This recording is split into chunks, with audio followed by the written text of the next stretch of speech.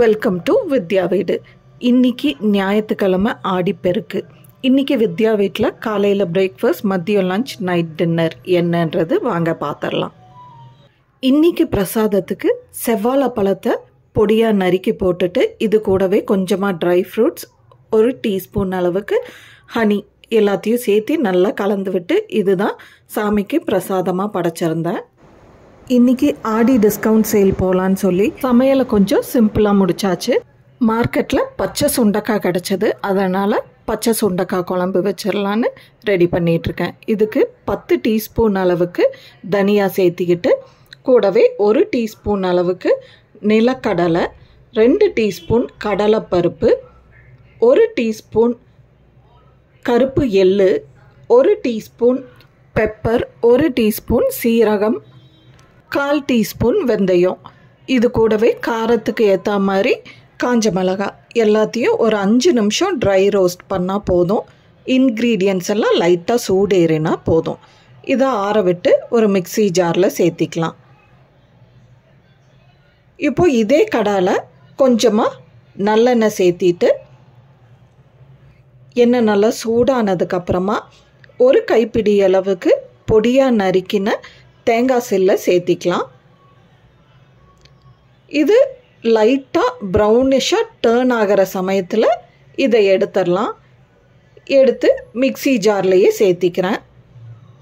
இதே கடாயில் இனியும் கூட நல்லெண்ணெய் கொஞ்சம் சேர்த்திட்டு பச்சை சுண்டைக்காயை முழுசாகவே சேர்த்திருக்கேன். பச்சை சுண்டைக்காய் வதங்கறக்குள்ள மிக்ஸி ஜாரில் பாதி எலும்புச்சம்பழம் சைஸ் புளியை சேர்த்தி போட்ட இன்க்ரீடியன்ட்ஸ் எல்லாத்தையும் நல்லா மையாக அரைச்சி எடுத்துகிட்டு வந்துடுறேன். சுண்டைக்காய் நல்லா பொரிஞ்சு வந்ததுக்கப்புறமா ஒரு கைப்பிடி அளவுக்கு சின்ன வெங்காயம் பொடியாக நறுக்கினது, ஒரு 20 பல்லு பூண்டு, கொஞ்சமாக கருவேப்பிலை எல்லாத்தையும் சேர்த்து நல்லா வதக்கி விட்டுக்கலாம். வெங்காயம் பூண்டு ரெண்டுமே நல்லா வதங்கினதுக்கப்புறமா மையாக அரைச்சி வச்ச மசாலா பேஸ்ட்டை இதோட சேர்த்து கலந்து விட்டுட்டு கொஞ்சமாக மஞ்சத்தூள், இந்த டிஷ்ஷுக்கு தேவையான அளவு உப்பு ரெண்டையும் சேர்த்திட்டு மிக்ஸி ஜாரையும் அலசி அந்த தண்ணியும் சேர்த்து நல்லா கலந்து விட்டு இது ஒரு தட்டு வச்சு மூடி வச்சிடலாம். குழம்பு நல்லா கொதிச்சு வரட்டும். அப்பப்போ தட்டை ஓப்பன் பண்ணி நல்லா கலந்து விட்டாச்சு. இப்போது ஃபைனலாக நல்லா குழம்பு சுண்டி வந்துருச்சு. இந்த ஸ்டேஜில் ஒரு 2 டேபிள் ஸ்பூன் அளவுக்கு உருண்டை வெல்லம், கொஞ்சமாக பொடியாக நறுக்கின கொத்தமல்லி தழை ரெண்டையும் சேர்த்து நல்லா கலந்து விட்டாச்சு. ஃபைனலாக ஒரு தாளிப்பு கொடுத்துடலாம். தாளிப்பு கரண்டி நல்லா சூடானதும் கொஞ்சமாக நல்லெண்ணெய் சேர்த்திட்டு நல்லெண்ணெய் நல்லா சூடானதுக்கப்புறமா ஒரு டீஸ்பூன் அளவுக்கு கடுகு சேர்த்திருக்கேன். கூடவே 2 காஞ்ச மிளகாய், 1/2 டீஸ்பூன் பெருங்காயத்தூள் சேர்த்து எல்லாத்தையும் நல்லா கலந்து விட்டு இப்போ குழம்புல அதை கொட்டியாச்சு. குழம்பையும் நல்லா கலந்து விட்டு இது ஒரு சர்விங் பவுலுக்கு மாற்றிடலாம். இந்த குழம்பு 2 நாளைக்கு வச்சு சாப்பிட்லாம். டேஸ்ட் ரொம்ப சூப்பராக இருக்கும். அதனால் நான் எப்போவுமே 2 குண்டால் இதை ஸ்டோர் பண்ணி வச்சுப்பேன். அப்போ தான் குழம்பு பழசான ஃபீல் இருக்காது. பல தடவை நேற்று வச்ச குழம்பு நல்லா இருந்ததில்ல, அதான் திரும்ப இன்றைக்கும் அதே குழம்பை வச்சுருக்கேன்னு வீட்டு ஆளுகளை சொல்லி ஏமாற்றியிருக்கேன். டிஃபனில் உள்ளது நாளைக்கான குழம்பு, அதை ஃப்ரிட்ஜில் ஸ்டோர் பண்ணி வச்சிட்றேன். ஸோ இன்றைக்கி காலையில் பிரேக்ஃபாஸ்ட்டுக்கு மில்லட் தோசையும் பச்சை சுண்டைக்காய் குழம்பும் தான் சர்வ் பண்ணியிருந்தேன். எண்ணெயில் பொரிஞ்ச அந்த சுண்டைக்காய், வெள்ளைப்பூண்டு, சின்ன வெங்காயம் எல்லாத்தையும் வச்சு குழம்போடு வச்சு சாப்பிடும்போது சூப்பராக இருந்தது. இன்றைக்கி மதியத்துக்கும் சுடு சாதத்தோட சுண்டைக்காய் குழம்பு, வறுத்த அப்பளம், இதுதான் இன்றைக்கி மதியம் லஞ்ச் எங்கள் வீட்டில். இந்த பச்சை சுண்டைக்காய் குழம்பை நீங்களும் உங்கள் வீட்டில் செஞ்சு சாப்பிட்டு பார்த்துட்டு எப்படி இருந்ததுன்னு எனக்கு கமெண்ட் செஷனில் தெரியப்படுத்துங்க.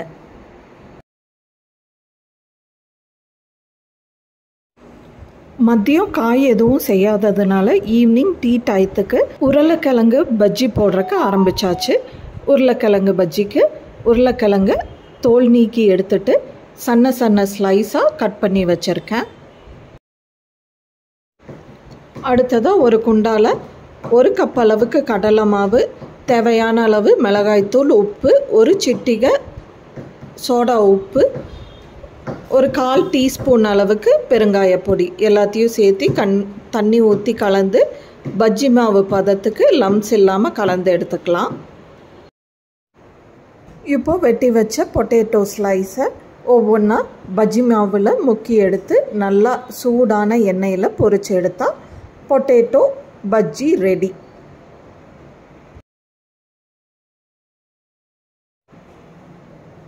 இன்றைக்கி இந்த பொட்டேட்டோ பஜ்ஜியை நான் இஞ்சி டீயோடு சர்வ் பண்ணியிருந்தேன். உருளைக்கிழங்கு பஜ்ஜியோட இஞ்சி டீ சூப்பர் காம்பினேஷனுங்க. டீயை குடிச்சிட்டு நல்லா சுறுசுறுப்பாக ஆடி டிஸ்கவுண்ட் சேலுக்கு கிளம்பியாச்சு. அங்கே ஆஃபீஸ் போட்டுட்டு போகிற மாதிரி குர்த்தீஸ் எல்லாம் கொஞ்சம் எடுத்துகிட்டு நைட் டின்னருக்கு நாங்கள் போன இடம் தான் வளர்மதி மெஸ். இந்த மெஸ் வந்து ரேஸ் கோர்ஸில் இருக்குது. என் பையன் சொல்லி தான் இந்த மெஸ்ஸுக்கு நாங்கள் போனோம். நான் இது ஏதோ ஒரு சின்ன மெஸ்ஸாக இருக்கும், அவ்வளோ நல்லா இருக்காது அப்படின்னு நினச்சிட்டு தான் போனேன். ஆனால் அங்கே போய் பார்த்ததுல தான் தெரிஞ்சது இந்த மெஸ்ஸுக்கு ஜேன்னு கூட்டங்க. ஹோட்டல் முன்னாடி ரோட்லேயே சேர்ஸை போட்டு ஆளுக வெயிட் பண்ணி இருந்து சாப்பிட்டுட்டு போகிற அளவுக்கு நல்லா டேஸ்ட் சூப்பராக இருந்தது. அதே மாதிரி ஹோட்டலும் நீட் அண்ட் க்ளீனாக நல்லா இருந்தது. கோயம்புத்தூர் ஸ்டைல் நான்வெஜ் டிஷ்ஷஸை ட்ரை பண்ணணுன்னா கண்டிப்பாக இந்த ரேஸ் கோர்ஸில் இருக்கிற வளர்மதி மெஸ்ஸை கண்டிப்பாக ட்ரை பண்ணி பாருங்கள். டேஸ்ட் அல்டிமேட்டாக இருந்தது, ரேட்டும் ரீசனபிளாக இருந்தது. இங்கே சாப்பிட்டு முடிச்சுட்டு ரேஸ் கோர்ஸில் அப்படியே மெதுவாக ஒரு வாக்கும் போயிட்டு வீடு வந்தாச்சு. ஸோ இன்றைக்கி நாள் எனக்கு இப்படி தான் இருந்தது. இந்த வீடியோ உங்களுக்கு பிடிச்சிருந்ததுன்னா do not forget to subscribe, like and share வித்யா வீடு. Bye.